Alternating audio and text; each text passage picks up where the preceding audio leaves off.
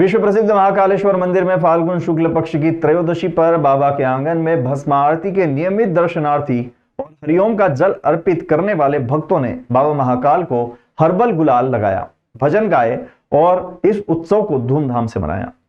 शुक्रवार की सुबह महाकाल मंदिर परिसर स्थित कोटि तीर्थ कुंड के पास भस्म आरती के नियमित दर्शनार्थियों ने फाग उत्सव मनाया। होली से 2 दिन पहले महाकाल मंदिर में जमकर गुलाल उड़ाया। भजन गाती महिलाओं और उड़ते गुलाल को देख बड़ी संख्या में मंदिर दर्शन करने पहुंचे श्रद्धालु भी फाग उत्सव में रमे हुए दिखाई दिए।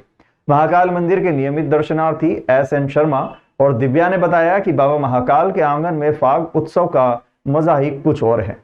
वर्षों से हम इस परंपरा का निर्वहन करते आ रहे हैं। आज भी सबसे पहले हमने बाबा महाकाल को हरिओम का जल अर्पित किया और उसके बाद हर्बल गुलाल लगाकर इस उत्सव की शुरुआत की, जिसके बाद फाग गीत गाए और एक दूसरे को गुलाल लगाकर फूलों से यह त्योहार मनाया गया।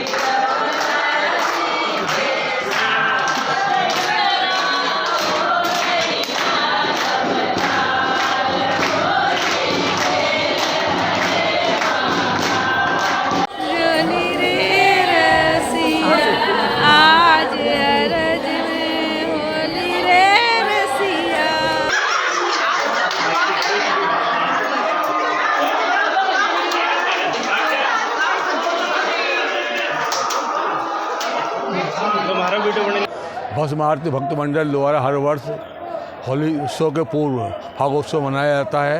उसी तारतम्य में यह उत्सव मनाया गया। कहाँ पे मनाया आपने? बाबा के महाकाल के दरबार में। नियमित रूप से भस्म आरती में आते हैं, हरिओम जल चढ़ाते हैं। तो आज हम सभी महिला मंडल और सभी पुरुष वर्ग सभी ने मिलकर के फाग उत्सव बाबा के दरबार में मनाया। तो फूलों से हम लोगों ने एक दूसरे को लगा करके बाबा पे फूल पुष्प अर्पण करके फाग उत्सव का कार्यक्रम करा। रंग गुलाल भी खेले? हाँ, हल्का हल्का सा रंग गुलाल लगाया।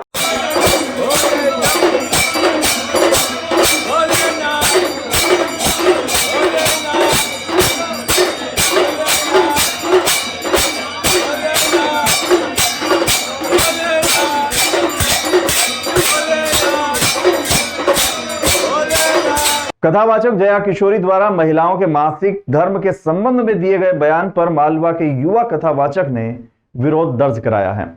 घटिया मालवा के युवा कथावाचक व घटिया तहसील के जलवा के निवासी कथावाचक पंडित संतोष व्यास ने कथावाचक जया किशोरी द्वारा महिलाओं के पीरियड के संबंध में बयान देने पर कहा था उन्होंने कि रजस्वला धर्म पीरियड्स की बनावटी बातें हैं।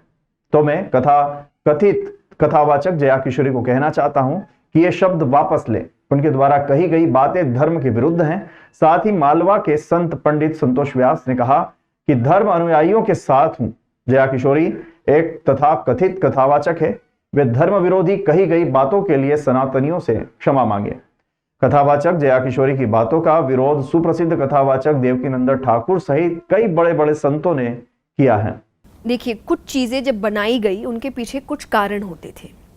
अब मैं आपको बताऊं, टच करने को कि बच्चे ना जल्दी से मानते नहीं है। तो आप अभी भी अगर नोटिस करें, साइंटिफिकली प्रूवन ज़्यादा खटाई आपको पीरियड्स के समय नहीं खानी चाहिए। It's not good for you. बच्चे मानते नहीं थे तो उनको बोल दिया टच नहीं करना, खराब हो जाएगा। जैसे झूठ मत बोलो, नाक लंबी हो जाएगी। नाक लंबी होती है क्या? पर बच्चे मानते नहीं थे तो उनको किसी चीज़ से डराया जाता था। कोई खराब नहीं होता, आप टच करके देख लीजिए खराब होता है क्या। तो फिर ये बात क्यों बोली जाती थी? तो बाद में आपको कारण पता चलता है कि उस वक्त आपको अचार खाने मना किया जाता है, बहुत ज़्यादा स्वीट खाने मना किया जाता है। दैट्स ट्रू, किया जाता है कि आपके लिए वो खराब है। डेयरी आपको खाने के लिए मना किया जाता है। तो इस तरीके के बहाने बना दिए गए। दूसरा, जब आपको बाहर निकलने के लिए कहा जाता है, पहले व्यवस्थाएं वैसी नहीं थी। आज सब कुछ है, चाहे आप पैड्स ले लीजिए, आप और भी कई तरीके की अच्छी चीज़ें, सब आप नॉर्मली वर्क कर सकते हो। पहले कुछ भी नहीं था। तो पहले क्या करें? तो आपको घर के अंदर ही बंद रहना पड़ता था। आप जिस तरह के कपड़े इस्तेमाल करते थे, तो ऐसे रीजंस थे नहीं करने के। बीच वाले आके काम खराब करते हैं। कितना शुरुआत जिसने की उसने एक अच्छे रीजन से की, बीच वाला आके काम बिगाड़ देता है। उसने बिगाड़ दिया ये बोल के अछूत है, ये है, वो है। भाई 9 महीने एक लड़की जब बच्चा पैदा कर रही होती है वो पीरियड से नहीं होती है, और कहा भी जाता है ना कि बच्चे को खून से सींचा है। 9 महीने उसको पीरियड्स नहीं आ रहे, उस खून का इस्तेमाल तो हो रहा है ना बच्चे को सींचने में। अगर आपको लग रहा है वो खून इम्प्योर है, आप में से जितने हम सब बैठे सब इम्प्योर है, उसी खून से सबको सींचा गया है, इसलिए वो 9 महीने नहीं हुई। बाकी जो लास्ट में बचता है वो नेक्स्ट 40 दिन में निकल जाता है, तो इम्प्योर तो हो ही नहीं सकता। द्रौपदी जी के लिए वो उस वक्त रजस्वला अवस्था में थी जब भगवान आए। भगवान ने टच करने से पहले नहीं सोचा कि रजस्वला अवस्था में है। आप और हम कौन होते हैं सोचने वाले, ये मत करो वो मत करो। तो ये बातें बनाई गई, पहले रीज़न अलग थे।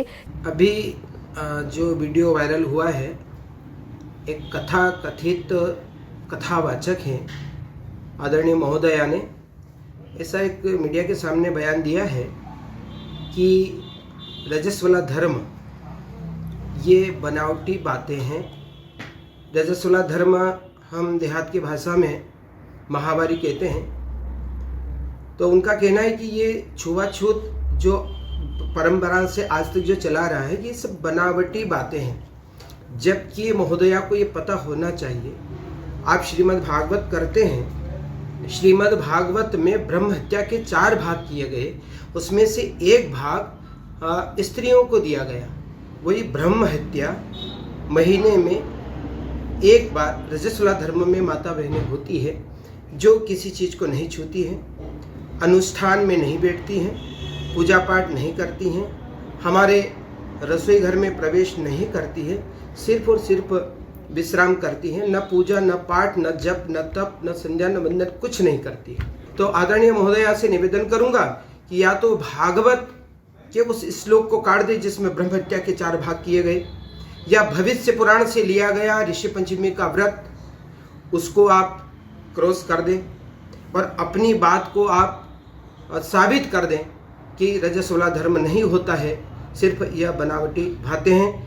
आदरणीय महोदय से निवेदन करूंगा कि सनातन धर्म को आप नीचा न दिखाएं। हमारे मनीषियों ने, हमारे आदर्शकारों ने, हमारे कथाकारों ने सनातन को हमेशा बढ़ावा दिया है, सनातन का झंडा ऊंचा रखा है, और आदरणीय आप हमारे सनातन के झंडे को नीचा दिखा रही हैं। एक माहौल समाज में ऐसा बन रहा है जिससे कि आने वाले समाज पर इसका कुप्रभाव पड़ेगा।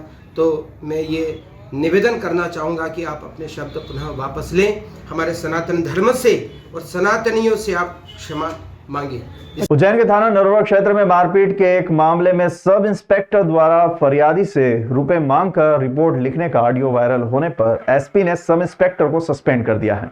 वहीं फरियादी के मामले में जांच कर उचित कार्रवाई करने की बात कही है। दरअसल घटना इस प्रकार की है कि देवास रोड स्थित गांव नौगांवा में रहने वाले रेहान नामक युवक पर आमीन और 3 अन्य महिलाओं ने लाठी से हमला कर दिया था। रेहान को सर में चोट आई, जिसका उपचार चल रहा था। इसी दौरान रेहान के बड़े भाई के खिलाफ पुलिस ने छेड़छाड़ का केस दर्ज कर लिया। ऐसे में फरियादी ने जब थाने के सब इंस्पेक्टर राजा पटेल से फोन पर बात की तो सब इंस्पेक्टर ने कहा कि 30,000 लगेंगे और उसकी ओर से भी FIR कर लेंगे। ऐसे में पीड़ित ने अस्पताल से छुट्टी कराने के बाद सीधे पुलिस कंट्रोल रूम पहुंचकर एसपी प्रदीप शर्मा को मामले की शिकायत की। फरियादी ने कथित ऑडियो भी पुलिस को सौंपा। मामले में एसपी ने तत्काल सब इंस्पेक्टर को सस्पेंड कर एडिशनल एसपी को जांच सौंपी है। ऑडियो की जांच की जा रही है। जांच में यदि और भी कोई अधिकारी संलिप्त पाए जाते हैं तो उन पर भी कार्रवाई होगी। वहीं एसपी ने कहा कि फरियादी की ओर से जो आवेदन दिया गया है उस पर भी जांच कर कार्रवाई करने के निर्देश दिए हैं। एसपी ने माना कि दोनों पक्षों का मामला है, पुलिस ने एक पक्षीय कार्रवाई की है। कल शाम को एक फरियादी ने अवगत कराया था ऑफिस में आके कि उनके दोनों पक्षों से शिकायत हो रही है, जिसमें एक पक्ष की तरफ से FIR हो गई। एक ऑडियो भी उसने प्रस्तुत किया था जिसपे उसका कहना है कि एक सब इंस्पेक्टर गजा पटेल उससे पैसों की डिमांड कर रहे हैं FIR के लिए। तत्काल प्रभाव से कल ही जो सब इंस्पेक्टर हैं उनको सस्पेंड कर दिया गया और एडिशनल एसपी साहब के लिए एक जाँच ऑर्डर की गई है। जो फरियादी है उसके पक्ष में जो वैधानिक कार्रवाई है वो करने के निर्देश जारी कर दिए गए। इसमें अगर उसकी गलती पाई जाती है तो उसके खिलाफ सख्त कार्रवाई की जाएगी। मैं उधर से निकल रहा था दुकान इधर सामान लेने वास्ते, तो वो सामने खड़े थे। उनकी मम्मी उनके घरवाली ने वो खड़े थे। वो आमीन भाई, वो जो आमीन था नहीं, उसके हाथ में डंडा था। तो उसने बोला रुक रुक रुक, तो मैंने गाड़ी नहीं रोकी, डंडा हाथ में था तो उनने डंडे के गाड़ी पे डंडे की मार दी।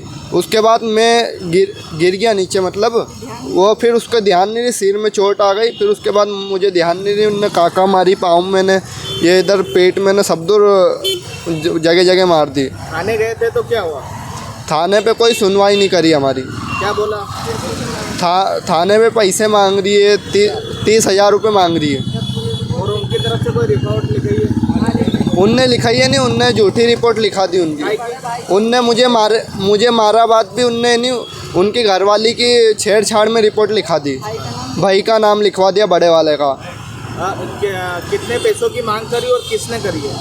ये माँ जो पुलिस में थाने के अंदर वे राजा कोई पुलिस वाले हैं, पटेल नाम के, उनने 30,000 रुपये मांगे हैं ने। फिर आखिरी में आते आते बोला 25,000 रुपये होए तो बात करो, नहीं तो मत करो, चले जाओ, कायम ही नहीं होगी रिपोर्ट आपकी। एसपी ऑफिस आए सर से बात करने वास्ते। आपके पास रिकॉर्डिंग भी है उनकी बात करते? हाँ, उनकी रिकॉर्डिंग है हमारे पास, पैसे रिश्वत मांगते हुए उनकी। ईवीएम वीवीपैट के प्रथम रैंडमाइजेशन की प्रक्रिया संपन्न। राजनीतिक दलों के प्रतिनिधियों की उपस्थिति में ईवीएम वीवीपैट का हुआ प्रथम रैंडमाइजेशन। जिले के 1824 मतदान केंद्रों के लिए 2186 BU/CU और 2368 वीवीपैट का प्रथम रैंडमाइजेशन किया गया। कलेक्टर एवं जिला निर्वाचन अधिकारी नीरज कुमार सिंह की अध्यक्षता में किया गया। शुक्रवार को प्रशासनिक संकुल भवन के कलेक्ट्रेट सभाकक्ष में निर्वाचन आयोग के EMS पोर्टल पर EVM व वीवीपैट के प्रथम रैंडमाइजेशन की प्रक्रिया पूर्ण की गई।